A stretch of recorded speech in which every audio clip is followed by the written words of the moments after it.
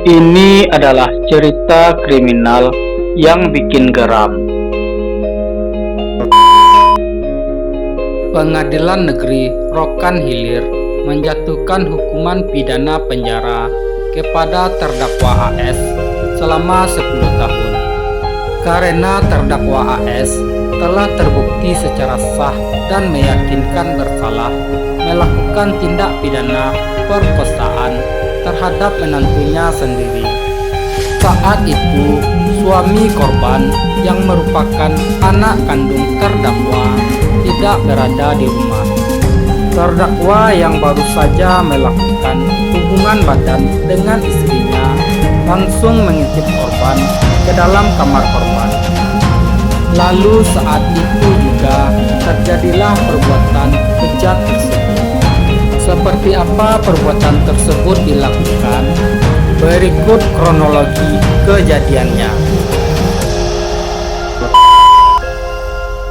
Bermula pada hari Senin, tanggal 20 Juni tahun 2022, sekitar pukul 00.30 waktu Indonesia Barat, terdakwa baru selesai bekerja sebagai sopir dan langsung pulang ke rumahnya.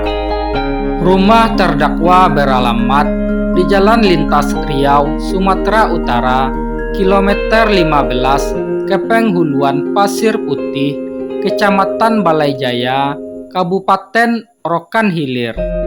Sesampainya di rumah, terdakwa langsung mandi. Dan setelah mandi, terdakwa mengajak istrinya untuk berhubungan suami istri. Setelah selesai melakukan hubungan tersebut, terdakwa menuju belakang rumah untuk merokok. Sehabis merokok, terdakwa mengambil buah di kulkas dan mengambil pisau di dapur untuk mengupas buah. Setelah selesai memakan buah, terdakwa pergi menuju kamar korban yang merupakan istri dari anak kandungnya sendiri. Tujuannya untuk mengintip dan melihat korban yang sedang tidur. Ketika terdakwa sedang mengintip tersebut, korban melihat ke arah pintu kamarnya. Korban merasa ada orang yang sedang mengintipnya. Lalu korban bangun dan pergi menuju pintu kamar.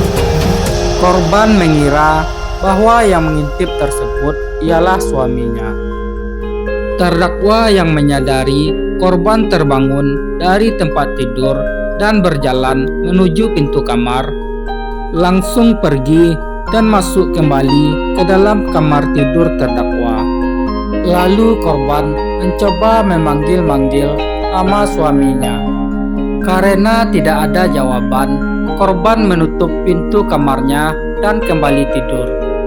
Setelah korban masuk kembali ke dalam kamarnya, terdakwa keluar dari kamar dan kembali mengintip korban. Terdakwa melihat korban yang sedang tidur terlentang dengan menggunakan daster. Terdakwa juga melihat paha korban. Lalu secara diam-diam, terdakwa masuk ke dalam kamar korban dengan membawa sebilah pisau besar di tangan kanannya.